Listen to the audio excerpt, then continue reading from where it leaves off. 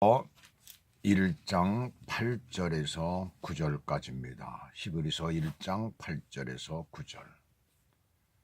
아들에 관하여는 하나님이여 주의 보좌는 영영하며 주의 나라의 규는 공평한 규이니이다. 주께서 의를 사랑하시고 불법을 미워하셨으니 그러므로 하나님 곧 주의 하나님이 즐거움의 기름을 주께 부어 주를 동류들보다 뛰어나게 하셨도다 하였고 그랬습니다. 어제 우리가 6절과 7절에서는 천사는 경배를 받을 존재가 아니라 오히려 그리스도께 경배해야 할 존재다라는 말씀을 우리가 6절 7절에서는 우리가 보았어요. 오늘 8절 9절이죠. 하나님의 아들이신 예수 그리스도의 그 지위와 통치권에 대해서 오늘 말씀을 드립니다. 그래서 본문은 시편 제45편 6절과 7절이 인용된 것이에요. 그래서 오늘 본문의 8절은 그대로 시편 45편 6절을 그대로 옮겨 놓았고, 그 다음에 9절은 7절이 의역해서 인용된 그런 것이에요. 그래서 다른 단어들이 좀 나오면서 시편 45편 7절의 내용을 옮겨놓은 것이나 다름없이 그렇게 해놨습니다. 이 시편은 본래 시편 45편, 이 시편은 원래 왕을 위한 결혼식 축하 시예요. 이 히브리서 저자는 이 본절에서 메시아를 위한 축하시로 이것을 인용하고 있습니다. 천사들은 종으로서 하나님을 섬기는 존재들이죠. 그러나 그리스도는 하나님으로서 통치하는 그런 존재예요. 그리스도는 참 하나님이십니다. 그분이 하나님이심에 관한 증거는 성경 여러 곳에서 발견이 됐죠. 이사야서 9장 6절에서는 전능하신 하나님이시며, 또 요한복음 1장 1절에서 3절에서는 만물을 지으신 태초부터 계신 그런 로고스이시고, 그 다음에 요한복음 10장에서는 또한 예수님께서는 나는 아버지와 하나이다 라고 직접 말씀을 하셨어요. 이러한 예수님을 유대인들은 직접 대면했음에도 실패하게 된 가장 큰 이유는 인간 예수 안에 있는 그 신성을 그들은 보지 못했거나 혹은 묵살해버린 것입니다. 그들은 예수님을 나사렛의 한 가난한 목수의 아들로만 알았고, 그리고 율법에만 몰두했던, 또 매달렸던 그들은 예수님을 신성 모독자로 간주했기 때문에 볼 수도 없었고, 또 영의 눈, 마음의 문을 닫아서 배척하게 된 그런 것이에요.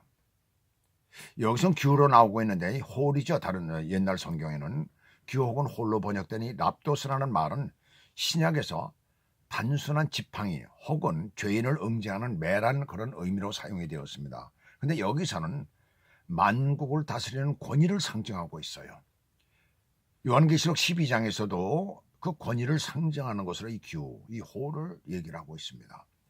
즉 예수 그리스도에게 부여된 권세는 절대적이며 여기에는 심판권까지도 포함되지만 그것은 철저하게 공평의 기초를 두고 있습니다. 그래서 그분은 어느 민족이나 어떤 개인에 대해서도 편견을 가지고 대하는 법이 없으신 분이십니다. 우리가 믿지 않는 영혼들을 대할 때 안타까운 것은 그들이 다른 어떤 것들에 몰두하고 매달려서 진정한 삶의 길을 찾지 못하는 것이에요. 또 하나는 누구나 용서하시고 받아들이시는 하나님의 사랑을 그들은 받아들이지를 못하는 것입니다. 참 안타깝지요. 우리가 그것을 볼 때마다 안타깝습니다. 예수 그리스도만이 진리요 길이요 생명이에요. 예수 그리스도만이 길이요 진리요 생명이다 라고 성경은 우리에게 가르쳐주고 있습니다. 오늘 본문 9절은 예수 그리스도에 대한 것을 추상적으로 표현했죠. 그래서 9절에 예수님의 그런 모습은 십자가상에서 모든 것을 말해주고 있어요. 의로운 자로서 불의한 자를 대신하여 피를 흘리심은 하나님의 의로우신 뜻을 성취하기 위함이었던 것이에요. 그 의로운 뜻이 뭐예요? 죄인들을 대신해서 피를 흘리신 것이에요. 사탄, 죄, 사망의 권세를 깨뜨리시기 위한 것이에요. 그것이 바로 하나님의 의입니다. 그래서 하나님의 의를 사랑하여 불의하게 지워진 그 십자가를 기쁘시게 예수님께서는 지신 것이에요. 여기 보시면 주의 하나님의 즐거움의 기름을 주께 부어 주를 동료들보다 뛰어나게 하셨도다. 하나님의 의를 이루신 그 예수 그리스도를 여기서 보니까 즐거움의 기름을 주께 부어 참 기쁘시게 그 십자가를 지셨다는 것을 우리들에게 가르쳐주고 있잖아요. 우리가 주의 일을 한다는 것, 예수 그리스도를 믿는다는 것은 우리에게 기쁨이요 즐거움입니다. 믿지 않는 사람들은 우리가 시간을 투자하고 또 우리에게 있는 물질을 얼마씩 주님 앞에 드리고 또 우리의 시간을 할애해 가지고선 봉사하고 주의 일을 하는 것을 볼 때마다 그들은 참 왜 저렇게 시간을 허비할까? 왜 돈을 그런 데다 쓸까? 뭐 이렇게 얘기할지 모릅니다. 근데 주 예수 그리스도를 만난 사람들은 그것이 기쁨이며 즐거움인 것이에요. 자, 여기 보면 하나님이 즐거움의 기름을 주께 부었다. 주님 앞에 부었다는 것이죠. 그래서 주님께서는 기쁨을 가지고 즐거움을 가지고 그 십자가를 지신 것이에요. 그 기름을 부어서 동료들보다, 여기서 동료들은 뭘 얘기를 하고 있을까? 천사들을 얘기를 하고 있는 것이죠. 뛰어나게 하셨도다. 마치 피조물처럼 이 땅에 육신의 몸으로 오셨잖아요. 예수님께서 우리 피조물과 똑같은 모습으로 이 땅에 오셨어요.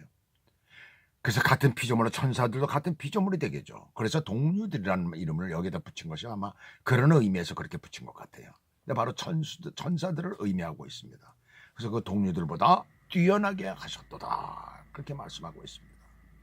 바로 우리가 예수 믿는 우리들이 그렇게 기쁨을 가지고 주의 일을 감당할 때, 주의 일을 할 때에 바로 주께서 우리에게 머리에 기름을 부어주시고 우리가 기쁨으로 그것을 감당할 수 있는 그런 은혜를 주시는 것입니다. 앞절에 보시게 되면 보좌 또는 나라라는 말이 나오고 또 규라는 말이 나옵니다. 옛날 성경에 홀이라고 그랬죠. 그 다음에 기름을 붓는다라는 말이 나오고 있어요. 왕의 대관식 장면이 생각이 납니다. 세상의 그 어떤 피조물도 대관식의 주인이 되지를 못하지요. 반면 예수 그리스도는 영원한 통치자이시기 때문에 대관식의 주인공의 충분한 자격이 되며 세상의 모든 것들은 오직 예수 그리스도를, 그 대관식을 받으신 그 예수 그리스도 앞에 엎드려 그 예수 그리스도를 경배해야 될 것입니다. 그는 진정한 우리의 왕이시고 우리의 주인이시며 우리의 통치자이신 것입니다. 그러한 예수 그리스도를 오늘도 믿으시며 하루를 충분하게 사시는 저와 여러분 되시기를 주님의 이름으로 축복합니다. 기도하시겠습니다. 하나님 아버지, 오늘도 귀하고 아름다운 말씀을 우리에게 주시면서 하루를 시작할 수 있도록